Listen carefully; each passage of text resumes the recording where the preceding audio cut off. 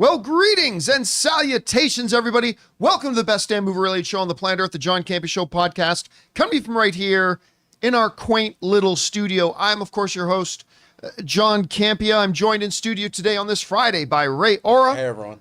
Jonathan Voico. About to make a name for myself. And it's Friday, so Chris Carr is here. Hi, everybody. Long time no see. And most importantly, you guys are here. Thank you so much for being here, making this show part of your day. And here's how today's show is going to go. We're going to start off by talking about some predetermined topics. Then in the second part of the show, we're going to take your live comments and questions. If you have a thought, theory, comment, or question that you'd like us to address, and as long as we deem it appropriate to address on the show, go ahead and use our tip link at www.streamelements.com/JohnCampea/tip and send it on in. And listen, the great thing about the tip link is this: if you're one of the many people who watches this show after it's done its live stream and you have a comment or question you want to submit, good news. This tip link is good 24 hours a day. So send on in your question and we'll get around to it on the next episode. Also, a couple things before we get started here. You know, a lot of people, I don't like to talk politics so much on my show. I'll talk about human equality and things like that, but I generally like to stay away from politics. But I've had a lot of people writing into me asking, who am I supporting for the presidential race this year? And I'm ready to come out and announce it. I am Gollum Smeagol 2024. That's who I'm supporting for the presidential race this year.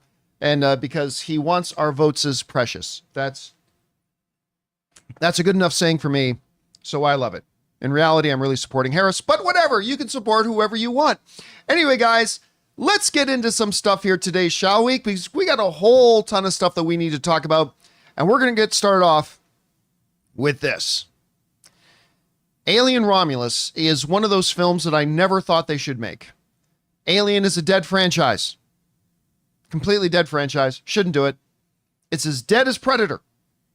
No reason you should do any more Predator or Alien movies. Well, then a funny little thing happened. Prey came out. Mm-hmm.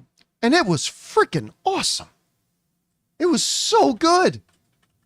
I still didn't think they should do an Alien film. And then CinemaCon came around in April. And they showed us this big presentation of Romulus, Alien Romulus. And I went, oh, this looks fantastic. And they've put out trailers, you know, in the meantime and all that kind of stuff. And they have looked remarkable. And now what once looked like a dead franchise is looking to have the biggest opening weekend box office potentially in decades for the franchise. This comes to us from the folks over at Slash Film, who wrote this. Romulus, Alien Romulus, is eyeing a debut in the $41 to $51 million range when it opens next weekend per Box Office Theory. That would be a huge win for Disney and 20th Century Studios. The film is directed by Fede Alvarez of Don't Breathe and Evil Dead fame. Covenant opened, now the last Alien film, Covenant, opened to $36.1 million. So this would be bigger than that. And finished with its run with $74.2 million domestically. It only earned $240.8 million worldwide, far less than 2012's Prometheus, that made $403 million worldwide. By the way, Prometheus opened with $51 million, which means Alien Romulus right now is in striking distance of not only having a bigger opening weekend than Covenant did, but having a bigger opening weekend than Prometheus did. And if they can piggyback on the momentum that they got from Prey, it's amazing. Now, they go on to write this at Slash'em, which is really interesting to me. This is particularly impressive, this possible $51 million opening, given that when Fede Alvarez's new Alien film was first announced in 2022, it was going to get dumped directly to Hulu. That was the plan.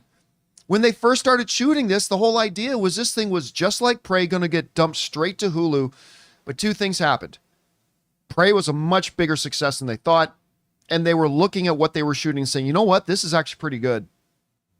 What we got here is pretty good. And I'll tell you what, Chris, I know you're not a big horror person. No. But what has been your reaction to the trailers? Like, how does this movie look to you as somebody who is kind of squeamish about horror films? Hate it so much. I went and saw Trap, and all the trailers were scarier than the movie Trap. And this one in particular is just a big bag of nope for me, which means all of you are going to love it. It looks so messed up. The scene of just the light behind that one person illuminating kind of the X-ray kind of machine thing. Yeah. It's so cool and horrible, and that's enough for me right now. The first Alien film I ever saw was Prometheus in theaters by myself. And wow. Then I went and saw Alien at Cinespia, and everyone around me laughed their asses off because of how much I screamed. So I feel like, and I still need to watch Aliens. So I feel like this movie, this is going to be I'm going to wait till this comes to streaming just so I don't interrupt everyone else's movie experience. But it looks really terrifying in the best ways. If you are into Alien, if you are into body horror, I feel like this is absolutely going to be your kind of movie. Yeah, and again, I am shocked how good this looks, because I gave up on this franchise. Full admission, I gave up on the franchise, and I am shocked at what kind of tracking numbers it has. So the question is for you guys. What do you think about this? They're saying this movie could open bigger than both Covenant and Prometheus. At like the 51. Listen, when they first announced this movie, I thought $15 million opening. That was before I saw anything. How are you feeling about this? Whatever you guys think, jump down to the comments section below and let us know your thoughts. All right, guys, listen, before we move on to the next topic, there's another announcement I forgot to make. And that is that tonight, we are going to be doing a live stream covering and reporting on and reacting to all the announcements coming out of this huge Disney Entertainment presentation happening at D23, aka Dogshit 23, that I hope none of you have wasted your money on actually going to. But this big event they're doing tonight, this presentation, we're going to be talking about all the announcements they're making. They're talking Marvel, they're talking Star Wars, they're talking Pixar, and I have a feeling we're going to get some pretty big stuff. I will fall short, Jonathan, because I know what you're about to ask. I will fall short of saying I'm expecting bomb after bomb after bomb. I learned my lesson, but I'm expecting some pretty big stuff tonight. So the presentation starts at 7. We're going to start our live stream at 6:30 p.m. Los Angeles time tonight, and I hope you guys will come by and join us for that. All right. With that down, guys, let's move on to this, shall we? You know, one of the big things, especially coming out of the pandemic, is noticing how a lot of the studios going into the pandemic and during the pandemic and the streaming services thought, oh, it's time now to put everything on streaming. And then they started to try that and they realized, we're losing money hand over fist. Maybe this isn't the right approach. And they started to go back to the more traditional theatrical release model. They're still trying to figure things out in this post-pandemic world. And we see them still experimenting with things and trying things out. But one of the other interesting things was hearing commitments from streamers saying that they want to put more stuff theatrically. Amazon is now the latest to do that, as Amazon has now announced that they are targeting by 2027 to have 16 theatrically released films per year. 16 theatrically released films per year. That would put them on the same footing as companies like Disney or Warner Brothers or things like that as far as theatrical goes. This comes to us from IndieWire. Amazon Prime Video chief Mike Hopkins is quoted in the Reuters piece about Amazon's ambitions to develop a real media company, something more than just a perk for Amazon Prime subscribers who want free next day shipping. And he said that vision came right from Jeff Bezos himself. We don't want to have Saltburn, which a lot of people forget was an Amazon film. Fabulous film. We don't want to have a Saltburn and then nothing else for that audience for 6 months. So the key goal here for Amazon is not just to have their video department be an extra little perk for Prime shipping. I'll be honest with you. I am not an individual subscriber to Amazon Prime Video. I'm a subscriber to Amazon Prime because I like getting my free 1 and 2 day shipping, and I just happen to get Amazon Prime Video with it. But Amazon is one of the absolute richest companies in the world. They could buy and sell Disney 6 times over. That's how much money they have. And they seemed committed to wanting to have a true, legitimate media company. Now, it's all well and good to, on one side of your mouth, say, we want to have 16 theatrical films a year. When on the other side of your mouth saying, hey guys, we got this new Roadhouse movie coming direct to Amazon Prime. It's like, that's a bit of inconsistent messaging. So I don't know where they're going to go with that. Chris, what do you think about Amazon saying that they actually have aspirations within the next 2.5 years of having 16 theatrical films a year, and their kind of goals, it seems, to be a legitimate media company? I don't know. Is this something that surprises you? Can they do it? What do you think? It doesn't surprise me because Amazon wants to make money. I mean, that's at the bottom, at the end of the day, their bottom line is what matters. And Amazon's one of the few streamers, kind of like Apple, that can't afford to do these releases straight to streaming. Yeah. But if you want to make money, it's got to go to theaters. Now, obviously, I don't think all 16 films are going to get wide releases. I think some of these are going to just be in kind of niche markets or things like that. Right. It also boosts your chances for getting that kind of scene for Academy kind of buzz, that sort of thing. You Which do is the have same to have thing that. the traditional studios do that as well, Exactly. right? Yeah, yeah. So I think we can see some of that. I do like that they are partnering with, let me get his name right, Scott Stuber, formerly of Netflix, Yep. and producing under that old United Artists label as well. I think that's really interesting because obviously Scott did not feel that Netflix was handling the theatrical release thing properly during his tenure there. So he's going to Amazon, kind of seeing that fulfilled. I think this is a smart move. Also, man, Saltburn. You liked Saltburn? Sorry, I'm very hot on it. Let's put it this way. I don't think it should have been nominated for Best Picture of the Year, Cool. but it's a really well-made movie. I mean, because it had my mind twisted the whole way through. So like a lot of people who are saying it should have been nominated for Best Picture, should have been like right up. I don't know that I agree with that. Yeah. And it's really weird, and it's a bit of a mind fuck of a film, but it's a masterfully made movie. Like I didn't know what was going on the entire time till we got to the end. Man. Not a Chris Carr kind of No, film. because the end, the twist of it, I went, well, that's dumb and doesn't make sense. It was just, it was a twist for the sake of a twist. I don't know. Anyway, I am interested in the movies they are releasing, though.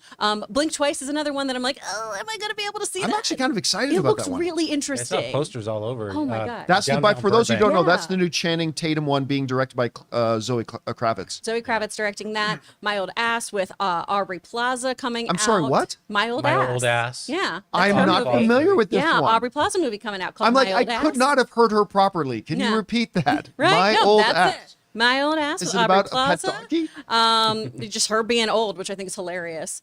Like 30s old kind of thing.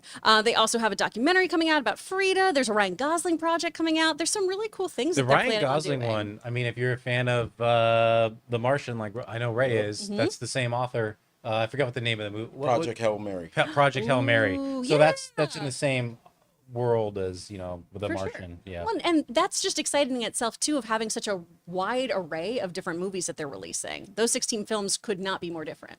They've been killing it on their television front They too. really have. Like between The Boys, Gen V, Fallout, Yeah, which just got nominated for Fallout. Best Drama Gosh. at the Emmy Awards. I mean, they've So been good. doing some pretty good things for themselves. Anyway, guys, question is for you. What do you think about this? Amazon saying they're targeting having 16 theatrical films a year. They want to evolve into a legit media company. Is this something they can do? Do you have a lot of hope for them? Whatever you guys think, jump down to the comment section below and let us know your thoughts. All right, guys. With that down, let's move on to this, shall we?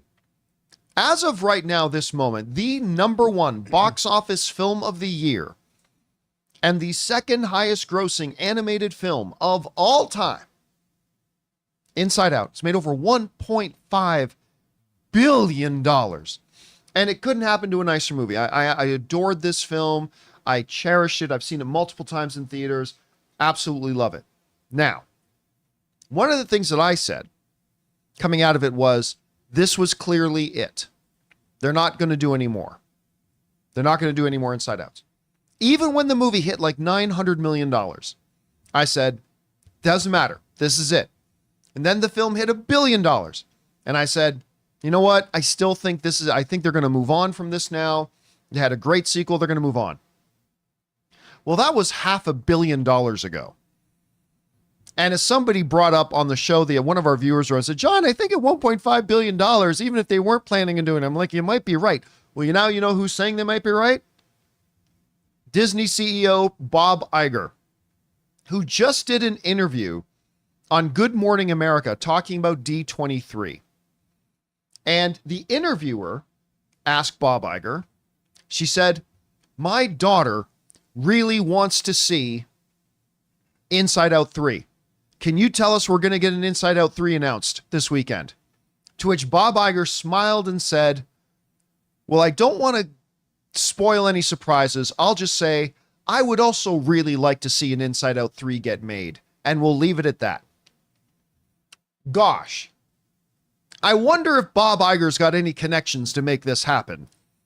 I wonder if the CEO of Disney saying, I really want something done. Look, I'm just going to call it right now. Bob Iger just confirmed we're getting an Inside Out 3.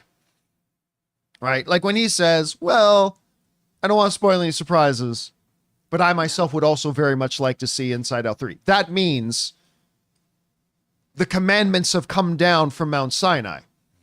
Well, he's going to pull some strings, call in some favors. Yeah, I'm calling some favors. Maybe if I see he can get some things going. Historically, he's been allergic to money, so yes, he just hates making money. I mean, hates yachts.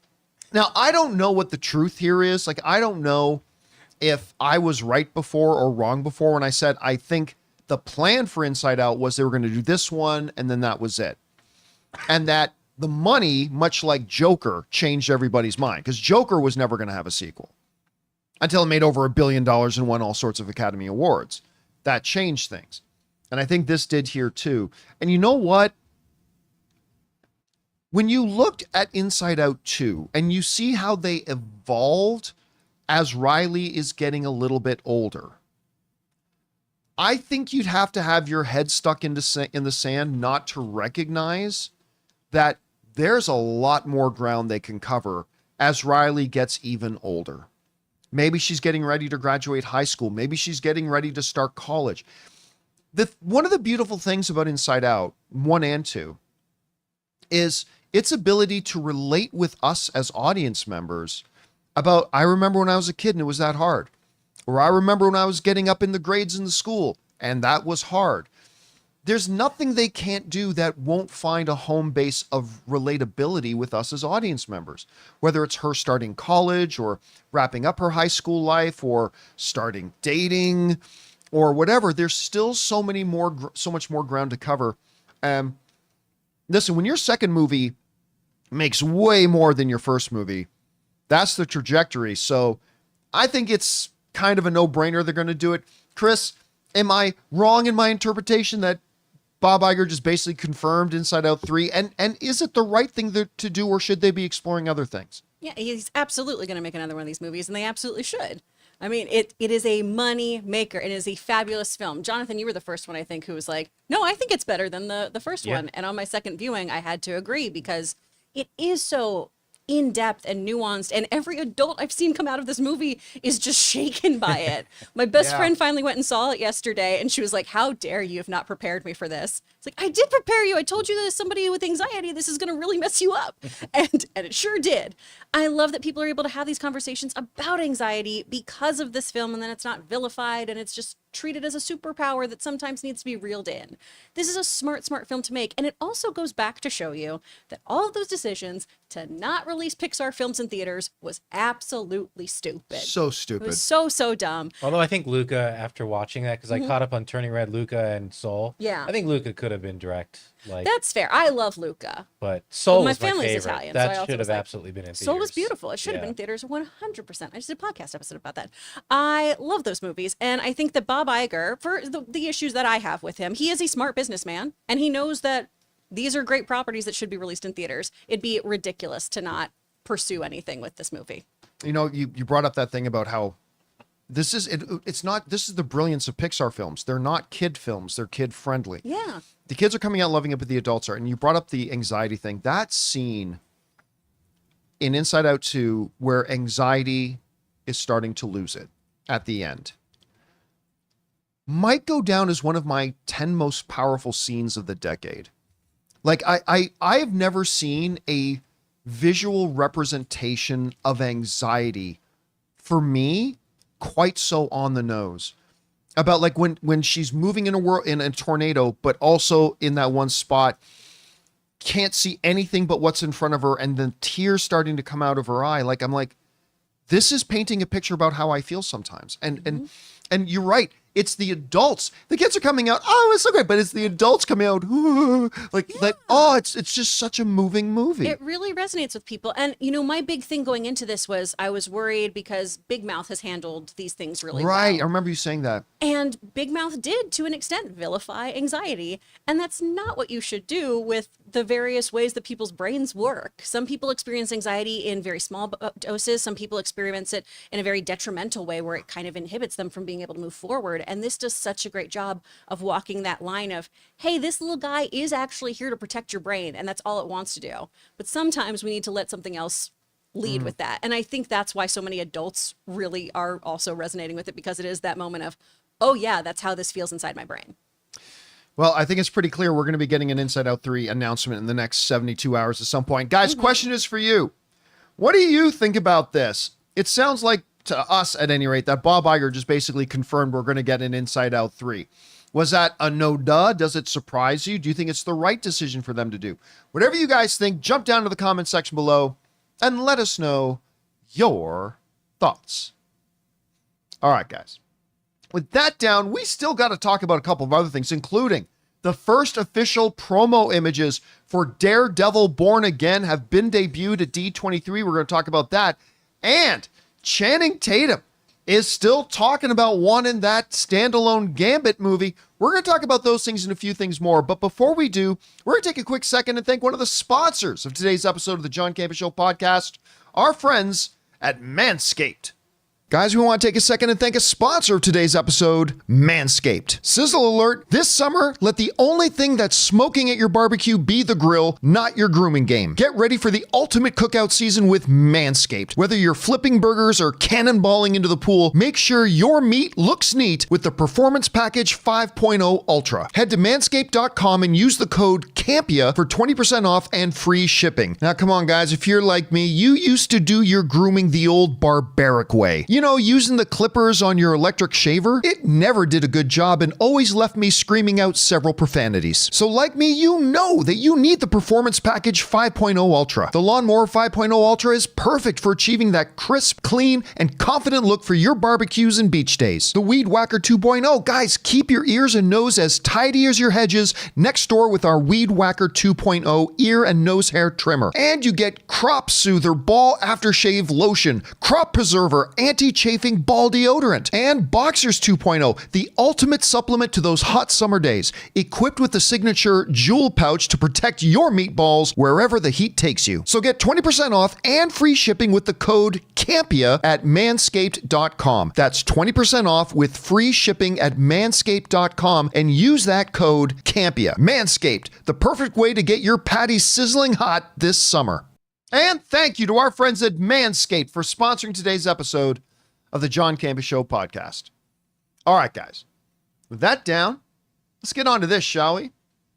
Well, tonight is the big D23 Disney Entertainment panel. And of course, as we mentioned a little bit earlier, we're going to be doing a live stream covering that tonight, talking about all the reports coming out, all the things getting announced. But one of the things that looks like we might be getting is a first trailer for Daredevil Born Again.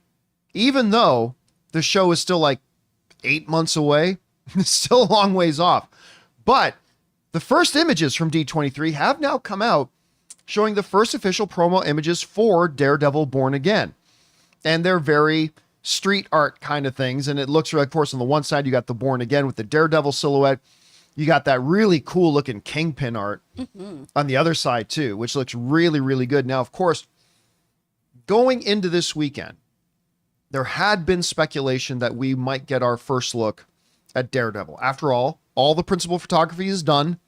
They've shot everything. They got tons of footage. They've got all the footage in the world that they need to make some kind of sizzle or some kind of teaser. Is it too early to put out a trailer? In my opinion, yes. But this is not normal circumstances. This is Disney's big event. This is the place to do something like that. And I personally do believe, along with a lot of other people, that I think tonight they're going to give us the first look at the new Daredevil Born Again series that's going to be coming to Disney Plus from this. Chris, you had a chance to take a look at the images. What did you think? And do you think this automatically means we're going to be getting our first look at Born Again footage tonight? I really do think we're going to see it tonight because Marvel TV was decidedly absent from Comic-Con. Right? Yes. And I feel like D23 is where they're going to do these things. That is my assumption. I don't want to go 100% on that just because we have been burned before. But I do feel like we're going to make at least some announcements about that, maybe see a little bit of footage. And I really do like these scenes here. I like this little street art. I think this is really fun. I like it being in the belly of Hell's Kitchen again. I think it's a cool aesthetic to work with. I'm excited to see how it actually looks in film as opposed to just a scene shot. Because right now this could be a little hokey. We've seen a lot of set photos, Yeah. right, that people have leaked out. And it's like, oh, this confirms that and that confirms that. But to get a feel for what it's actually meant to feel like on film is going to be kind of interesting. And to see how much of that Netflix Daredevil tone they're able to bring over here, and how many of the characters are we going to see? Are we going to see Punisher in it? Are we going to see, this, that, or the other thing? Anyway, it's going to look really interesting. Guys, question is for you. What did you think of these new promo images we're getting out of D23 for Daredevil Born Again? I think the images are great, but more importantly, do you think that automatically points to them maybe dropping their first footage, maybe even a teaser trailer for Daredevil Born Again? Yes, no, why? Whatever you guys think, jump down to the comment section below and let us know your thoughts. All right, guys. With that down, let's move on to this, shall we? We're about to make a name for ourselves here. Gambit, clearly, look, there's a lot of things coming out of Deadpool and Wolverine. By the way, don't know if you saw this, Deadpool and Wolverine now officially crossed the $900 million mark. Woo-hoo. By the time we get the full Monday box office report, we're probably going to be talking about Deadpool and Wolverine being the next installment into the $1 billion club. And a lot of things stand out in it. A lot of people talking Blade, a lot of people talking about the Calverine, all that kind of stuff. But one of the big things people were excited about, including Channing Tatum himself, was talking about Remy LeBeau, they call me the Gambit. Sounded like he was doing a bad George St. Pierre impersonation. Was just charming and delightful and wonderful. Now, for a long time, Channing Tatum didn't just want to have a Gambit movie. Fox, before it was taken over by Disney, officially announced it. They made it, like a lot of people forget that. It was official. They got on stage at Comic-Con and brought out Channing Tatum. For any of you who don't remember that, they brought out Channing Tatum with Hugh Jackman and Ryan Reynolds and Patrick Stewart and all the crew. He came out there. It was official. They're doing a Gambit movie. And then Fox got bought out. That picture there, taken backstage at Comic-Con the year they announced that Channing Tatum was going to be the Gambit. And it never happened. And Channing Tatum has for years talked about how heartbroken he was. He's never wanted a role as much as he wanted this one.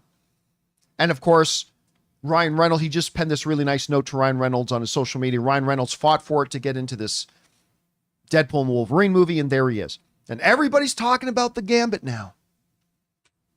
Because I have it on good authority that Channing Tatum shot out of his daddy's dick ready to do a Gambit. I have that. I can't reveal my source, but I have it on good authority. Well, now, instead of saying stuff like that you would expect to hear him say, like, hey, it was great. It was a dream come true to finally play Gambit, and I'm so satisfied that I had that opportunity. I'm so glad I did. No. Channing Tatum is still campaigning. He wants the Gambit. This comes to us from the folks over at Variety who wrote this. Will Channing Tatum finally get his wish to star in a Gambit movie? I sure hope so. He told me at Thursday's premiere of Blink Twice at the Directors Guild of America in West Hollywood. From your mouth to God's ears. Write it into existence, my friend, please. Now I'm going to read this a little bit at length because I think this is good. Tatum's newfound faith follows a surprise cameo as the X-Men mutant in Deadpool and Wolverine. Tatum and his producing partner, Reed Carolyn, spent 4 years developing a standalone Gambit film for 20th Century Fox, but the movie died when Disney acquired Fox in 2019. Yes, he's already told Marvel he wants to make it happen. I've of course I've said it. I've been saying I want it for the last 10 years, Tatum said. It's in Bob Iger and Kevin Feige's hands. I pray to God. So, not being satisfied simply with getting his chance to make a name for himself, or the lives he hoped he would get to save, or all the great lines that he had in the movie, he is still stomping for this film. He wants this to get done. And today, more than in any other time in history, it seems like a lot of fans are open to it. Now, I remember when they first announced they were going to get Channing Tatum as Gambit, it reminded me a lot of when they announced Robert Pattinson was going to be hired to play Batman, or when, Heath Ledger was going to be hired to play Joker. A lot of people hated the idea. Think that's dumb. But I said, listen, I used to think Channing Tatum was a terrible actor, and he was a terrible actor for a good part of his career in the early days. But he was committed, and he got better and better and better. And it got to the point that I was actually looking forward to seeing Channing Tatum in movies. And the more I thought about him playing Gambit, it's like, listen, with that dude's dance background, physicality, he can easily bring all the physicality needed to the role. He'll look great doing it. He's got fabulous comedic timing, which he started to show off in some comedy films. And he's just gotten a lot better as a performer in and of himself. I think he could carry this movie. But then again, it never did come to pass. Nobody's asking for a Jennifer Garner Elektra standalone movie. But there are still a lot of people after this movie thought maybe Wesley Snipes should be given a Blade film. I'm one of those people that thought Wesley Snipes did great in Deadpool and Wolverine, but I also think it made the point that you can't do a standalone movie with him now, right? Like, he did great in the role, but it also became very, very clear he couldn't carry a movie now as Blade. I'm sure he could carry other kinds of movies, just not Blade. But how do we feel about a Gambit standalone movie after seeing what he did in there? I have two thoughts. And then, Chris, I'm going to be curious to hear what you think about these. Okay. Thought number one is, I would still love to see a Channing Tatum Gambit movie. I really would. I think he would fit in so well into the Marvel Cinematic Universe. And let's face it, if you're bringing in the X-Men, you got to have a Gambit anyway. Now, Channing Tatum's a little bit older now. Maybe they think he's a little too old to start as Gambit. I'm not saying he is. I'm just saying maybe they think he is, but whatever. Put that aside for a second. So my thought number one is, I would love to see him play Gambit. Thought number two, it would clearly need to be a different variant of Gambit than the one we got in Deadpool and Wolverine. Because the Gambit we got in Deadpool and Wolverine was perfect for spot comedy, some great interaction with our main leads, and some great lines. But you can't have somebody sounding like their dialect coach was the Minions. Right? They'd have to change it up a bit. They'd have to also put a little bit, you want to maintain the levity, but you also got to put a little bit of a darker side on it. So thought one, would love to see him get a Gambit movie. Thought two, it would have to definitely be a different variant of him that's a little bit different than the one we got in the movie. And then I'll follow that up with thought three. While I would love it, and if you did it, it would have to be a little bit of a different variant. My third thought is, I don't think it's going to happen. I would like for it to happen, but I don't think it will. Anyway, Chris, you're seeing Channing Tatum is not given up on this Gambit. He is still trying to talk this thing into existence. Could they do it? How would they do it? Is it even a good idea to do it? What do you think about it? Hope springs eternal for Channing Tatum here. I think it'd be great for him to do this. His fight scenes alone in Deadpool and Wolverine just show that he is so great for this. If you watched any of his prep work too, the choreography training that he was working on, oh my gosh, he's incredible as this. Also, let's talk about the Cajun for a second. Y'all talk to any Cajuns? That's like 80% there. Yeah. That dialect is pretty much there. I don't care who you are. If you have been down to Louisiana, if you've been down to the Bayou, this is how people sound. But there's a reason we don't see a lot of them leading movies. Exactly. But that dialect, when everyone's like, it's garbage, it's so close to what it's supposed to be. It is very close, yes. It's so close to what it's supposed to be. I think it'd be great. I do know some people have some issues with the kind of comic book accuracy of wanting a leaner kind of tall Gambit. I think Channing Tatum fits the bill here, though, because of his movement training, because he can do all these incredible kind of acrobatic feats in much the same vein of Tom Holland being Spider-Man. You know, they bring this athleticism that is so great, and it also makes so you don't have as much back and forth between stunt performers. You have your actual lead doing a lot of those movements and throwing those cards and everything, which keeps you, you know, grounded in the reality that they're trying to establish here. I think he works really well in that. Do I think he's going to get a movie? I don't know. I don't know. Because I don't think, as you're ushering in the X-Men, I don't think you lead with Gambit, although the stuff with the Thieves Guild, the Assassins Guild, is really cool stuff. If you weren't super into the comics or really rewatched the X-Men show from the 90s, they hinted at it in X-Men 97. Did you see the little short film that came out on YouTube a few years ago too? No. There's a Gambit like short film that somebody that a hell fan yeah. put together that was actually really live action. That was actually pretty good for a fan made thing. Yeah. He's got great, weird, dark stories that you can really pull from. And I think there's some interesting stuff to mine from it. I just don't know if that's the route that Feige and crew would go when it comes to the X-Men. I don't know if you pop them off in like separate films and then have them assemble like the Avengers, or if they all are, hey, we're at the school, hey, we work with Xavier. I'm not sure how you go about it. Yeah, Ray, I'm curious with you and Jonathan too. Like, you saw Deadpool and Wolverine a couple times. Do you think you could see them actually doing a Gambit movie? I want it with but- Channing Tatum. I mean, I want it, but they're not gonna do it. It's just a bet because I would say wait, but then Channing Tatum can't wait. This movie he's 44 now. Yeah, this Yeah. movie has to be made now. I want it, but I don't know if it would put a wrench in their plans.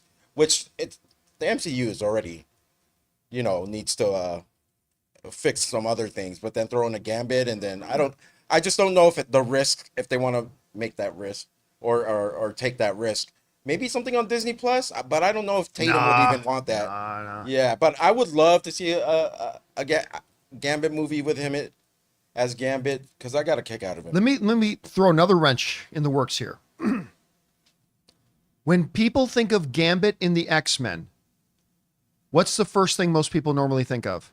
Bisexuality. I wasn't going to go there, Okay. but that's Rogue. good too. Rogue. Rogue, right?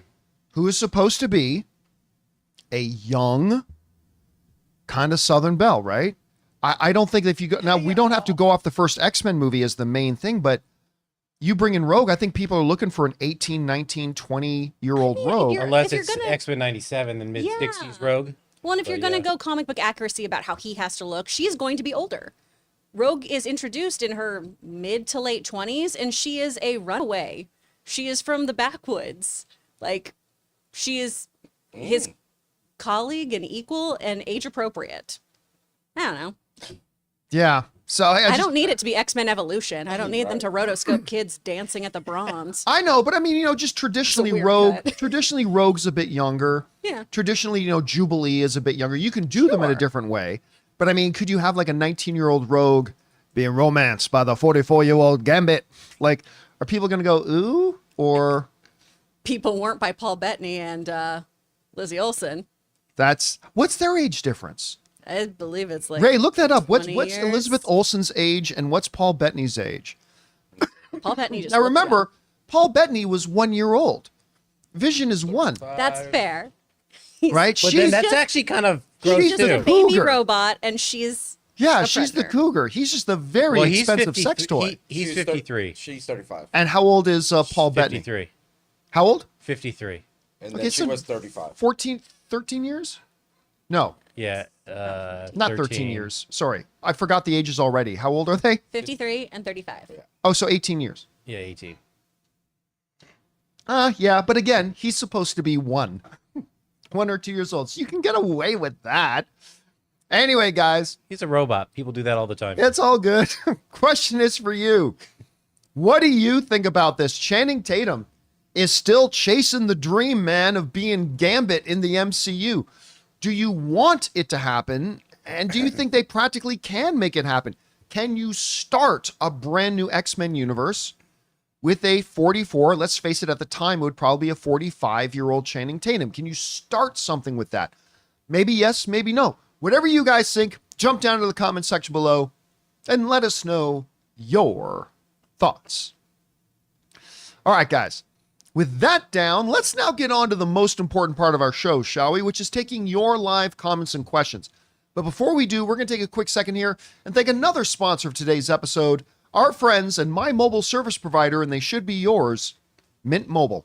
You know when you discover a new binge-worthy show or a song that you bump on repeat and you have to share it with your friends so they can experience just how awesome it is? That's kind of what it feels like when you discover that Mint Mobile offers premium wireless for $15 a month when you purchase a 3-month plan. It's such an awesome deal, there is no way you can keep it to yourself. My last mobile service provider was quite good, but ever since I switched to Mint Mobile, I've enjoyed even better coverage, better phone clarity, and I'm paying less than a third of what I paid to my old provider. Say goodbye to your overpriced wireless plans, jaw-dropping monthly bills, and unexpected overages. All plans come with high-speed data and unlimited talk and text delivered on the nation's largest 5G network. Use your own phone with any Mint Mobile plan and bring your phone number along with all of your existing contacts. To get this new customer offer and your new 3-month unlimited wireless plan for just $15 a month, go to mintmobile.com/Campea. That's mintmobile.com/Campea. Cut your wireless bills to $15 a month at mintmobile.com/Campea. $45 upfront payment required, equivalent to $15 a month. New customers on first 3-month plan only. Speed slower above 40 gigabytes on unlimited plan. Additional taxes, fees, and restrictions may apply. See Mint Mobile for details.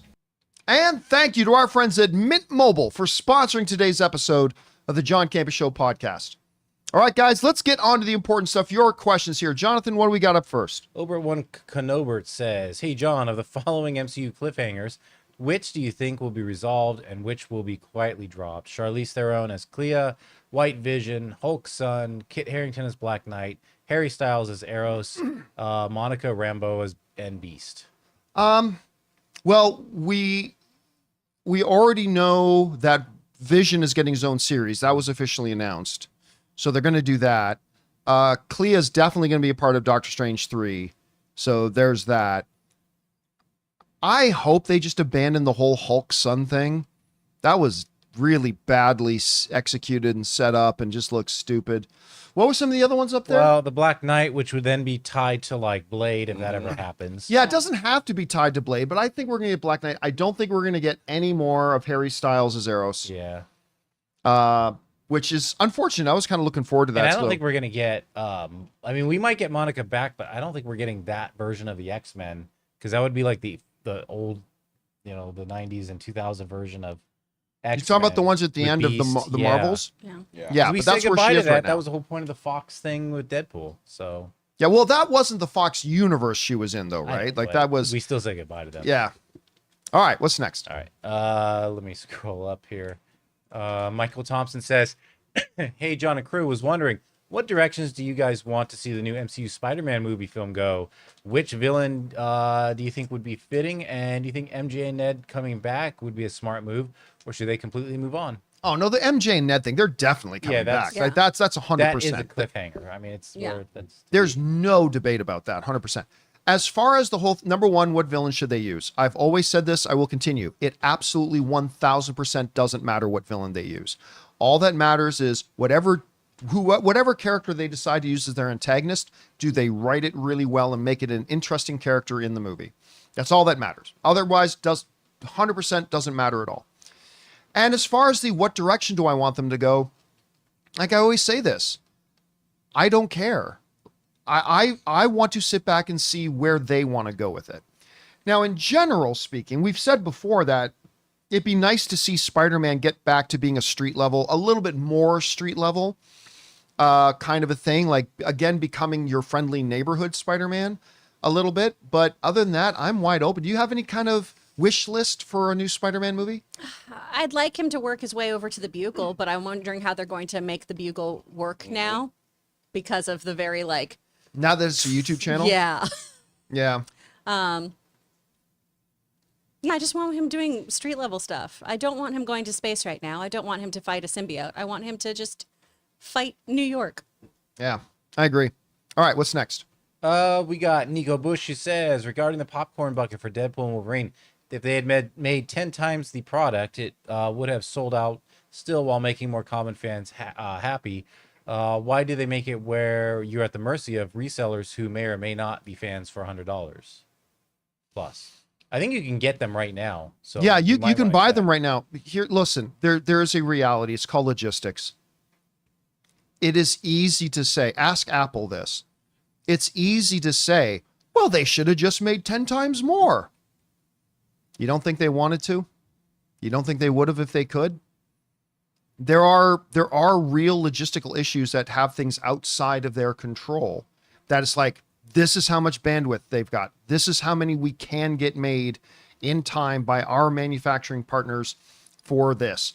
And you can now buy, you don't have to buy it scalped on eBay for $100. You can go on the official websites and you can order these popcorn buckets now.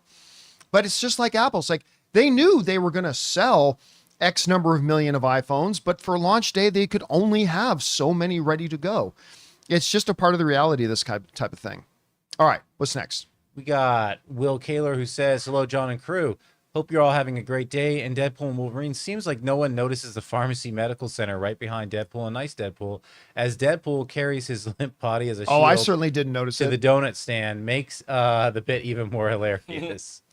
By the way, let me see if I can bring this up. I'm not 100% sure that I can, but I'm going to try. One of our viewers sent me something that I had not seen before, and now I have to go back and watch Deadpool and Wolverine again because I have to see if I can see this, but I'm going to bring it up here. Let me make it a bit bigger. There it is. Greatest Showman Deadpool. I noticed that. Yeah. Did you? Yep. I've seen the movie 5 times in theaters, and I have never noticed him. So now I didn't make the connection, but I remember the top hat Deadpool. So I thought, yeah. Yeah, so I definitely have to go back now again. Well, I was planning on seeing it a few more times anyway, but I'm going to have to go back at least now for my 6th time. And all I'm going to be doing is just like laser focusing on the group of Deadpools, on the Deadpool core, just to see if I can make sure I can catch it. Because to me, Showpool is that's the French kiss on this one. Chef's kiss, I should say, not French kiss. That is the chef's That's what kiss. Deadpool would want, though. Although it is what Deadpool would Yeah. want. All right, what's next? TJ Perry says, currently at AMC Topanga for the 9:30 Cuckoo showing. It is now 10:08 and the Smile 2 trailer is still playing. You better enjoy those trailers. I hope they play more. Wow. Jeez. It's. I'll just say this again. I'm starting to lose sympathy now for when movie theaters decry about how the industry is dying, because it's death by suicide. You stupid fuckers are doing it to yourself. You think audiences want to come? You think it's a positive experience for a film goer to come in and sit down when you say a movie is going to start and still be sitting there for over a half hour and you're still force feeding commercials to us? Fuck you. Anyway. All right, what's next? Lord Helmet with a 2-parter. If Kathleen Kennedy doesn't have her I think he means contract renewed this year, who would you like to see in charge of Lucasfilm? I'd like to see former de facto second in command of Marvel, Victoria Alonso, take the helm. Much of the MCU's success is owed to her, in my opinion. Yes, there may still be bad blood between her and Disney over her firing and lawsuit, but if Bob Iger can clear the air with her and offer her the job, I think many fans dissatisfied with Disney era Star Wars would become cautiously optimistic. Zero. Absolute zero. Victoria Alonso is not a creative executive. She's a get shit done executive. And she did. I mean, the fact that when Marvel was putting out the amount of content they were putting out under Bob Chapek, and somehow, some way, she managed to keep the production pipeline going on the visual effects era. And I know there are a lot of people who complain about visual effects of some of the visual effects in Marvel at that era. But you have no idea the Herculean task it is just to get them done. Especially when they had that much stuff going on. Now, she was an employee of Disney, and she was doing some shit as an employee of Disney that she should not have been doing. They warned her. They warned her again. And ultimately, they fired her. And no, I don't think you're going to see her come back. But even if they did, do I think she could be an absolute value add to a team? 100%. Could I see her being the president of a film division? I do not. I don't, unfortunately. All right.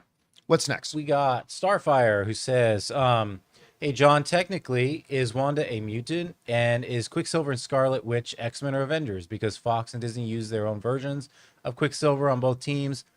Is it like Cyborg from DC? Both teams like the Teen Titans and Justice League? They change it all the time, even in the comic books. Technically, they're mutates, not mutants. Because something was done to exacerbate that gene into actually evolving quickly, much like Deadpool. He's not a mutant, he's mutate. But again, In this version. even in the comics, they constantly change it.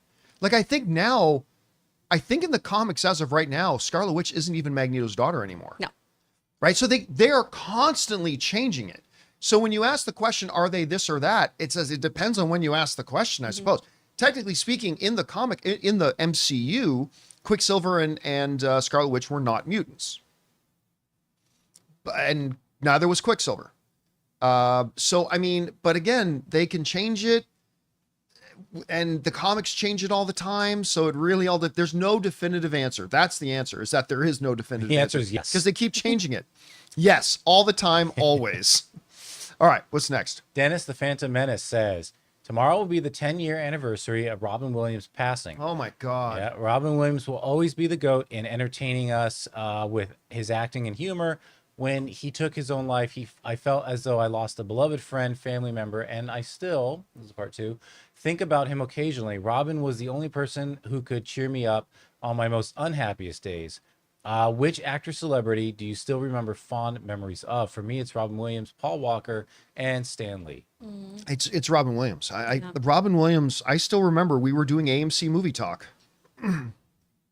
The morning that the news came out that Robin Williams had passed away, committed suicide. And I remember I broke down in tears. It's the first time I think I ever broke down in tears over the death of the celebrity. And I never really grasped why I was crying. And it was because we've talked about this since, especially after the passing of Carrie Fisher. I think our brain doesn't understand the distinction between the people we spend time with physically in person and the people we spend time with on our screens. Because all my brain knew was that this individual, who I had spent countless numbers of hours with in a room, granted, he was on a screen, but I had spent in my lifetime countless numbers of hours, whether it was Good Morning Vietnam or Mrs. Doubtfire or Aladdin or Patch Adams or The World According to Garp or on and on and on and on. He was just a part of my life. And when we were talking on the show that day, and I'm talking about his passing, all of a sudden I started getting choked up and I started weeping, and I did not fundamentally understand it at the time. But yeah, that's one for me. Chris, do you got a celebrity who's passed that made you really emotional when you found out about their it passing? was definitely Robin Williams. I was on my way to set. I had booked a Duracell commercial, and I was on my way to go do that, and I was listening to the radio, and I found out about it on the radio. And when we got to set, everyone was just so messed up and tried to shake it off.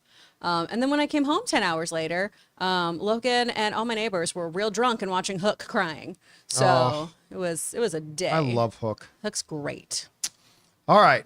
What's next? David says, hey, John and crew, is there a super popular or classic movie that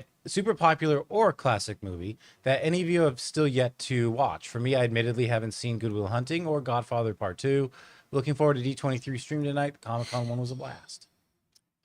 No, I can't think of any. I mean, like earlier in my career, there would be a few here and there, but like I have since added those to my repertoire. I'm sure there's some old like black and white films from the 20s, 30s, 40s that I've missed. Yeah. But I not still like have to- really super prominent ones. But ones that are like, yeah, Keystone, right? Yeah. Yeah, like I'm sure there are some that are like, Sure. oh, there's just like these hidden gem Some ones Errol or Flynn whatever. movie I didn't catch. Yeah, exactly. I'm sure there's a few of those, but I can't think of any that would be considered like all-time classics that I haven't had a chance to see yet.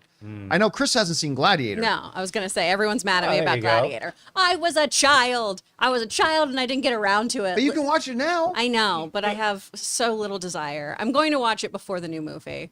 It's one of those things where I'm like, I know already these are not my kinds of films. I'll see it, but then I'm going to have the reaction of, yeah, it's a good movie. much in the way when I didn't like Top Gun, everyone was like, "What's wrong with you?" No, It's not my kind of movie. You're going to like Gladiator. I don't know if I I know will. you're going to like I have seen Gladiator. Braveheart. All right. All right, what's next? Leo's next. Lord of the Rings, Pelennor Fields Battle, and Endgame's portals have always lived rent-free in my heart. Now, Jawadi's House of the Dragon Season 2 finale theme has earned a spot too. Piano, Stark, Lannister theme. Oh, I loved how he interweaved all those together. Simply brilliant. Love how music elevates the experience. It's not often we talk about TV shows and the brilliance of the scores in them, but yeah, everything about that was like absolutely worked. All the pieces fit together. They all worked really well together. It's why House of the Dragon is going to be nominated for Best Drama Series at the Emmys next year. But yeah, 100%, your observation is right on the money, and I think you're absolutely right. All right, what's next? We got Matan. With how the IP image has gone to the stinker the last decade, doing a Borderlands movie now is like doing a Rob Liefeld's Youngblood movie around the Dark Knight or the first Avengers. That's an IP that just stinks for those who get the Easter eggs. They still could have made a good movie. Yeah. And here's the thing. I put out my out of theater reaction to the movie last night. There's an infrastructure there. Like when you watch Borderlands, it's like there's a skeleton of a decent movie in there. And it has its moments. It's like a lot what everybody was asking me in the comment section was, but is it better than Madam Web? Yes, I will say definitively Borderlands is better than Madam Web. I had significantly more quasi-enjoyable moments watching Borderlands than I did Madam Web. It's still a bad movie. I mean, it's a thumbs down bad movie. But it's a bad movie that could have broke good had they done about a dozen fundamental things differently in the movie. Again, it was a bad film, but at least had some potential there. That's the way I look at it. It's tracking up though now. We got a 6% out of 72 reviews. It's doubled. Gone from 3% to 6%. So You know what that means? We're just 7 years away from it breaking 50. yeah, it'll get there. We'll get there. All right, what's next? Excuse me. HW says, do you plan on going to Universal's Epic Universe opening next year in Orlando? It looks like it will be the most immersive park. I could see Anne going with some friends, but I don't. Yeah. I don't go to Orlando. No. I mean, I've been to Orlando for Star Wars Celebration. Beautiful city. Loved it. But I don't. Yeah. I certainly. I don't go to theme parks a lot to the ones I live by. I'm definitely never getting on a plane and going somewhere just to go to a theme park. I mean, that's just, there are others who do, and that's great, but that's not me. All right, what's next? Stubble McShave says, I rewatched The Goonies. I used to like it. This time I hated it. Ooh. Well, it had been cursed by the suck fairy, somehow turning something good into something that sucked. I think you have to look into your own introspective heart. Yeah. Something was going on there. Have you been visited by the suck fairy having it? Well, Suck fairy. okay, so have Sorry. you been visited by the suck fairy? Her name having is Donna, and I will not have you speaking of her that way. Anyway. There's a thing you liked in a suckiness galore? Yeah. Again, probably, but not. It wasn't a movie. All I know is if I go around asking if anybody's seen the Suck Fairy, I'm probably getting arrested. Y'all seen the suck fairy? I'm looking for the Suck Fairy. Where's About the to Suck Fairy make a at? name for myself. But to make a name for myself. For myself. The only one I can really think of was the original Pete's Dragon. But I only saw it as a little child. I still love it. I don't care. And so I watched it again when the remake was coming out. By the way, the remake was pretty charming. I liked right. the little remake. It wasn't great, but I thought it was pretty charming. I went back and watched the original Pete's Dragon going, oh, I used to love it. Oh, yeah. That one didn't hold up so well for me. But really, no. Goonies, I rewatched Goonies again about 3 years ago. I love the Goonies. It was I love great. the feeling, the I'm still a nostalgia of Goonie the for 80s life. it brings me. Exactly. It's delightful. The Goonies are good enough. Cyndi Lauper, come on. I don't care what Rob says. I really love that movie. But hey, movies strike us in different ways and in different ways at different times in our lives. So that's totally cool. All right, what's next? We got a bill of sale right here. Anonymous says, going to see D&W for the 6th time today. I noticed the Cap 4 trailer that plays has a assassination scene cut out, skipped over. Do you think Marvel will cut that scene out of the theatrical cut? I don't think they will, but wouldn't be surprised. I don't think Oh so. no. This is a political thriller. Yeah, no, it's a key part of the movie. It's a key part of the moment. And the last time I saw Deadpool and Wolverine, it still had the scene in there with Isaiah. Yeah, Yeah, so, I saw it. Yeah, no, no, they won't take it out, nor should they take it out, and it's completely relevant to the movie, and an important part of the movie. All right, what's next? Well, Vocal Athlete says, Chris, how was your Comic-Con? Have you watched Batman Cape Crusader yet? I thought it was fine. Animation was surprisingly poor at times. They tried to save money by going digital, and it produced awkward walking. Should have copied X-Men 97 style. Oh, there's a couple things in there, Vocal Athlete. Let's talk about Batman Cape Crusader first. First of all, Hamish Linklater does a phenomenal job of being Bruce Wayne and Batman. It's incredible. But I will give you the animation. Sometimes it's a little sloppy, and sometimes the reimaginings of some of these characters does not work for me. What they do with Harley Quinn, for example, could have been interesting if we had a bigger build there, but it was just thrown at us. And I don't know. I don't feel like that's what you do with one of your legacy characters that you helped create. For Comic-Con, it was great. It was fun. I got in and I got out, and I didn't get sick. Very key. Yeah. Very key. Yeah. Somehow I didn't go, Ray and did. I got I sick. know. I got golf carted around, Ray. so that's why. You know, I just bringing it back. I'm But our bringing back the panel- love. Yeah, he's Bringing back the love. He's bringing COVID back. Yeah, I used a lot of hand sanitizer. It was really fun. I liked getting to meet so many of you. Rick, I know who's in the chat. I got to meet you.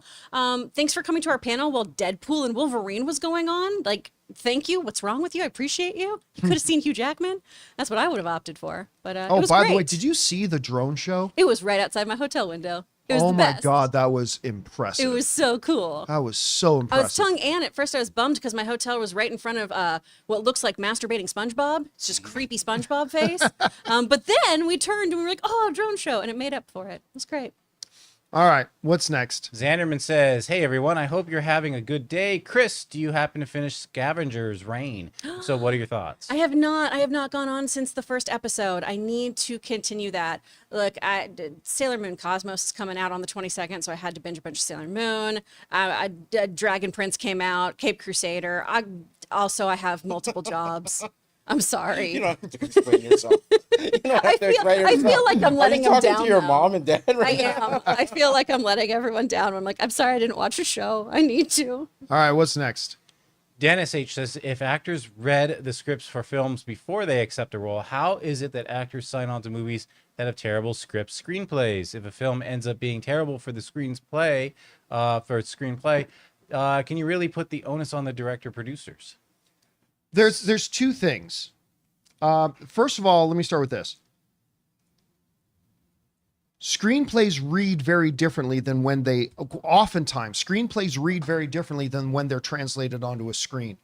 Like I've told this story before, but when I first really realized this as a young movie pundit was for the Clash of the Titans, the one with Liam Neeson. I got sent the script to that before it came out. And I read the script, and the script read great. Like I read the script and it comes to life in your imagination and in your mind in a certain way.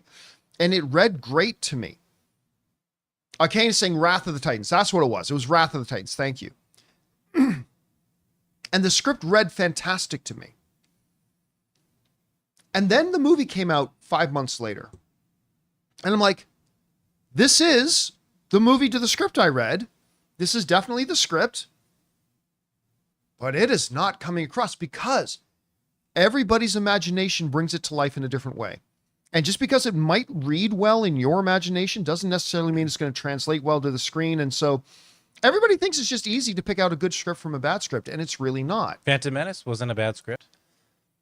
Like you could imagine, you could like work around that, you know, but I never read Phantom Menace's script. I've always thought that if I read a 2-page synopsis of the script, I would have thought all the pieces were there, but I never read the script itself before seeing the movie. The second thing is this. Actors need jobs. Actors are actors. Their job is to act. The great Michael Douglas once said to me, I asked Michael Douglas this one time, I said, you know what? We were talking about one particular movie. I said, this is not the kind of movie I would normally associate you with. What was it about this movie, this role that got you to it? And Michael Douglas, like the most honest answer an actor's ever given me. Michael Douglas looked at me and said, "It is my job." He said, "My job is I am an actor for hire. And if you have a role that you think I can come in and be of service to playing your role, that's my job. I go in and do it." So yeah, it's quite often a combination of things. Number one, scripts can read great and then it doesn't turn out great. And secondly, listen, actors need jobs. So sometimes they take jobs. I'm sure 95% of the people watching the show right now are not in the job that they would say is their dream job. I want to be the general manager of the Toronto Maple Leafs. But here I am. But I'm sure 95%. But why do you do your job then? Because we do jobs, right? And more likely you saw a job description before you took the job. So you Yeah. knew it was a crap job that you hate, but you had to pay your bills. I do have a question for Chris. Like, I'm not going to ask you to throw anybody on their bus. Don't name names. But have you I ever like gotten this involved? job. Have you ever Never gotten best boss involved ever. in a TV show, movie, game, whatever, where you read the script and thought this looks great, and then maybe it didn't work out as great as you were hoping it would? Oh yeah, so many times. Okay. So many times. Where it's like, this is great. This is going to be really good stuff. At the very least, I have this really important scene that's going to be fantastic. And then, it doesn't get shot in a way that is good, or you realize that you're not even in the frame, or, you're just doing exposition that is useless and they decide to cut you because they're making the movie better by getting rid of exposition. Or, it just sucks once you actually say those words out of a human mouth, because people sometimes sound like robots the way they're written. Human language is filled with garbage, right? Like, that's how we all know that people are being honest, is because we all pause and we have all this nonsense in there. People write so clean, and then we all sound all weird. I like it. All right, what's next? Forbidden says, even my fellow Louisianians in my theater couldn't understand what Gambit was saying. His Cajun accent seems to be exaggerated for jokes. Well, yes, it was. Well, no, 100% they exaggerated Yeah. a bit. 100% they exaggerated a bit. But I've talked to Chris's point. I've talked to several people who live down around that area who said, like, it's actually kind of scary how close he really was to somebody who might come from that area. Yeah, because So- you often will be like, it's the same with when I went to Scotland. Half the time I was like, what? Yep. Yeah, you need subtitles. Yeah. Yeah. Especially when you throw drinks in the mix. All right, what's next? Salty Raccoon says in QC, we've got an autobiography film franchise about a clumsy Italo-Canadian kid growing up to become a film director. 4 movies released during the past 14 years are called 1981, 87, 91, and 95. They're all super funny and relatable. Enjoy. Never heard of any of them. Haven't heard of this. This is probably a very local thing. I assume by QC you mean Quebec City. I'm guessing. But they said Quebec. Yeah, honestly, I've not heard of any of that, so unfortunately, I can't comment on that. All right, what's next? Logan Vaughn says, after watching The Iron Claw twice, I would Love that movie. I would love to see Harris Dickinson play the Gambit next. He's the one who played the younger brother, David. He was the right look and presence. He had more charisma than Efron on stage. Tatum's time has passed. Again, X actor and X role. It all depends on, like, if you read the script for, like, say they write Gambit into a script and you read it, you might have a completely different opinion, right? Just because, I mean, here's the thing. Whenever somebody says to me, I think this actor could play this role, what you're really saying is, I could see this actor playing this role the way I have it in my head. Right. But 9 times out of 10 is not the way you have it in your head, right? So, I mean, listen, the kid's clearly a very gifted actor, so I would have no qualms with it. But again, until I know how, because the way Gambit was in Deadpool and Wolverine, I never would have imagined Gambit that way specifically, right? Parts of it, sure, but not that way specifically. So it really all depends on what they do with it. All right, what's next? Dr. Stinky says, I see people complaining about Channing Tatum's height. The dude is 6'1", so am I. That's 1 inch off the comic Gambit, who's 6'2". Are people really going to complain about 1 inch? It's probably a different type of inch they're actually complaining about deep down inside. But Tatum in shoes, and he's the perfect height. I don't get fandom sometimes. People just like to Get out of my complain. brain. People just like to complain. Look, Different inch. everybody thinks the way they have a character in their head is the way it needs to be. And I mean, That guy has brown eyes. My character's supposed to have blue eyes. That guy has, whatever inch hair long. My character's supposed to have this inch hair long. He's supposed to be this height. Who cares? It doesn't matter.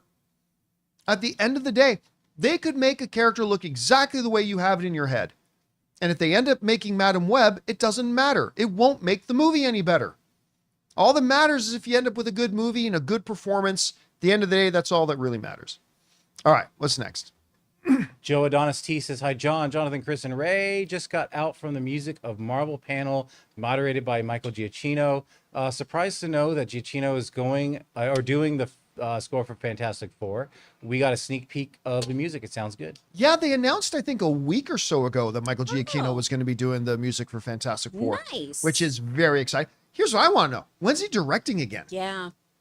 Because listen, I'm not one of these people that thinks Werewolf by Night like was one of the greatest things Marvel's ever done. I don't think that. It was pretty good. It's so fun. It's pretty good. And it was his first directorial thing. I want to know, like, look, he's one of our great composers today, but I want to know when is he directing something again. I'm curious to see that. All right, what's next? All right, CJ Rebirth says, Deadpool at the end of Ash's music video. Great work, Celine Dion, but let's do it again. That was an 11. We need it at a 5. This isn't Titanic. God, I should have asked NSYNC. That, by the way, I watch the Ashes video probably about once every 4 or 5 months. I just get in the mood to watch that video. First of all, Celine Dion. I mean, did you see her Olympic thing? I cried so hard, John. I sobbed. I love Celine Dion so much. She's my favorite singer of all time. I love her, and she's perfect. And to go through that with the whole, like, horrible stiff person syndrome thing. Ugh. Now, Kelly Clarkson, awful. who think what you will about her in any other regard, like, she's one of the greatest singers in the world. Like, Kelly Clarkson is an amazing vocalist. And did you hear her commentary during the Celine Dion performance? No. Kelly Clarkson was doing the commentary with NBC. And it's like the main guy, I forget the guy's name. The guy is, ladies and gentlemen, the incomparable Celine Dion. Kelly, what did you think about this? And the camera's not on them. You just still see the skyline. You see Celine standing there as people applying. And there's this weird silence where he says, Kelly, what do you think about this? And then it's like, you just have to give me a minute. And it's like, she's like, Kelly Clarkson's like weeping. And she's just like, she's the greatest singer of our generation. Yeah. And then what got me down this rabbit hole on YouTube of seeing these video reactions that all these like world famous singers were putting out. And it's like, when all the greatest singers in the world are saying that's the greatest singer in the world. Yeah. It's something, and especially after watching that documentary. Yeah. Oh my God. And what it took for her first public performance in 4 years. And she was able to do that. It's crazy. By the way, good Canadian girl. All right. What's next? AFI says, hey, John and crew. It's supposed to be working today, but I caught COVID. Oh, I'm sorry. Oh, no. Oh, Ray must have come over by you for the first time ever after evading it for 4 years. Yeah, I did 4.5. But who's counting? Could have possibly been from So much bitterness. So much bitterness.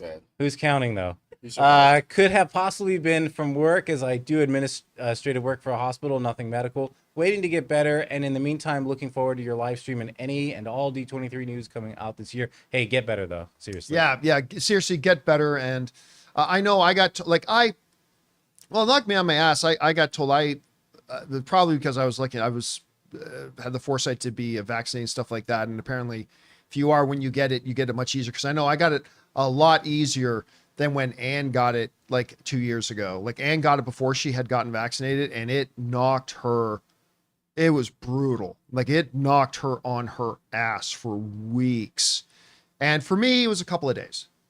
And I was pretty good after that thing. So hopefully you'll be back up on your feet in no time, my friend. All right, what's next? Dominic says, I like Channing's Gambit in the role he had in Deadpool and Wolverine. I don't think, however, that a full movie of him with that accent would be great. Some tweaking of his character would be needed. I said the same thing this morning. Yeah, 100%. I could see him being Gambit, but a different variant of Gambit. That's, many of the same similarities, but a few differences, a little bit of a darker edge to it. De-emphasize the accent a bit, all that kind of stuff, and then you'll be good to go. All right, what's next? Lori Howard says, "Hey, John and crew. Sorry, been mourning my Mima. My question is, do you have a favorite grandma? Do you have a favorite grandma movie or that features one prominently? Mine is The Proposal with Betty White. I'm just gonna say Grandma's Boy. Oh, I love Grandma's Boy. That movie's so good. I'm gonna say, which one? The Betty White in The Proposal is. That might have been the movie that kind of sparked the Betty White revival. Was that Coco? Coco's a great one. Coco, man. Yeah. Coco's a big one for that. You know, I just recently lost my grandmother. My nonna passed away not long ago, and I was very, very close to my grandmother. I loved her very much. But yeah, Coco makes me think about that a lot. Is there another good one for that? I'm trying to think. I mean, for me just specifically, I'll watch Feast of Seven Fishes, but it's just because it makes me think of my family, and in a very less toxic way than the episode of the bear. It's the Feast of Seven Fishes. That was something. Where you're actually happy to be eating with each other. But Laura, I'm so sorry to hear that. Yeah, so they're very, very sorry. That's terrible. All right, what's next? The Blind Jedi, Zatoichi. I know Marvel would never do this, but I think they should do team up one-off movies like Deadpool and the Punisher or the Hulk and Thing. And of course I think they meant to say M'Baku and Captain America. Yeah, M'Baku and Captain America, not in Baku. Might have been typed to text. That sounds like a porn voice to film. text. I don't know. I mean, that works great for comic books. I don't know if it would play all that well in movies, to be honest with you, especially in a shared cinematic universe. But Yeah. that being said, I'm sure they could come up with some creative ways to do that. I'm sure there would be. All right, what's next? Okay, we got BBOY Bronze. John, tomorrow's the big day. Men's breakdancing at the Olympics starts at 9 a.m. Central Standard Time. Not confirmed for 2028. I think they're going to check out how the ratings are this year. Okay. I am absolutely going to be watching it. I can't wait to watch it. Watch the greatest breakdancers in the world. For those of you who don't know, most of you guys do. I used to be a professional breakdancer. Can't wait to watch it. It should absolutely not be an Olympic sport. I can't wait to watch it, but it should not be an Olympic sport. I don't expect it'll be around at the next Olympics, but I really can't wait to watch this. All right, let's take two more. What's next? Okay, DAL official says, now that Blade has moved off the 25 slate for Marvel, would you say over under 15% that we get a movie with Wesley Snipes? I say under. Wait, have they officially announced that it's moved off the 2025 slate? I mean, I've been saying Ray? I expect them to I move don't it off think the they've 20. officially done it. I haven't heard that. Like I've said for a while now that I fully expect for them to make an announcement that they're going to move it off the 2025 slate. Blade not listed among Marvel's 2025 releases. There you go. So that's 2 now days ago. official. Again, no surprise to us. But what was the second part? I was focused kind of on that part. 15% chance that we get Wesley Snipes in a movie as Blade. Wesley Snipes? Yeah, I said Zero. I said under, yeah. Zero. Absolute 0% chance. All right. What's next? Okay, King Daddy Goat. Hey, John and crew, it's game day. DS23 Dog is shit here. 23. I'm hype and thankful for you legends taking the time later to bring us the shittest of the shit news from Disney. In all seriousness, thank you guys for all you do. Much love from the King Daddy and Bring On the Filthy. Yeah, I expect fun, great news coming out of it. But of course, fun, great news is something they could just put out in a press release. They don't have to have Dogshit 23 to do it. And again, my condolences to any of you guys who Disney conned out of spending all your money on Disney hotels and going to this crappy, stupid, useless Disney event. But that aside, I am excited about their event tonight. I'm excited about the presentation. I'm excited to hear what... Here's the thing. While I'm expecting things like Shang-Chi 2, maybe a more profound look at Agatha, probably a first trailer for Ironheart, a lot of that stuff. I am also expecting some movie stuff. I'm expecting Shang-Chi 2. I'm expecting some Doctor Strange 3 stuff. Doctor Strange 3. I expect to hear, by the way, no insider information. This is just me guessing. I'm going to predict we're going to get a director for Blade 3 announced. I think we're going to get a director for Blade 3 announced. I don't know that. It's just a guess. Very well be that they couldn't find out. But here's the main thing I'm excited about. I am excited about Star Wars news. I want to hear some actual concrete news. People saying, did I say Blade 3? I meant Doctor Strange 3 if I accidentally, because I was thinking Blade, director, and Doctor Strange. So anyway, Doctor Strange 3. I'm expecting some Star Wars stuff. Because the last number of years, we've had so many, false launches. And so many things that said, hey, we're going to do this Kevin Feige movie. Oh, no, we're not. Hey, we're doing this Taika Waititi movie. Oh, no, we're not. Hey, we're doing this Patty Jenkins movie. Oh, no, we're not. Hey, we're doing this. It's just over and over and over and over and over again. Need some solid, actual announcements. We already know that the Mandalorian movie's happening. That's good. But how are they going to move the Star Wars cinematic universe forward? That, some good Pixar stuff. I think there's going to be some good things on the docket. And all right, guys, that'll do it for today's installment of the John Campea Show podcast. Thank you so much for being here, making this little show part of your day. Big special thank you to all you guys who sent in the questions. Number one, because you gave us great fun things to talk about. But number two, you supported this channel as you did it, and all of us involved with the show. Thank you guys so very much for your support. Again, guys, don't forget, tonight, Jonathan, you can bring this up. Yeah, 1 second. There Starting at 6:30 p.m. Los Angeles time, we are going to be doing our D23 Disney Entertainment presentation coverage. We're going to be talking about all the announcements coming out, giving our reactions to them, listening off live as they start coming out of there. Are we going to get bomb after bomb? Or is the whole thing going to be another Disney dud? Don't know. We're going to find out later. Hopefully you guys will come and join us for that then. In the meantime, I want to thank the people in the room with me, Ray Ora. I'm so excited for these two announcements tonight. Later. The two announcements tonight.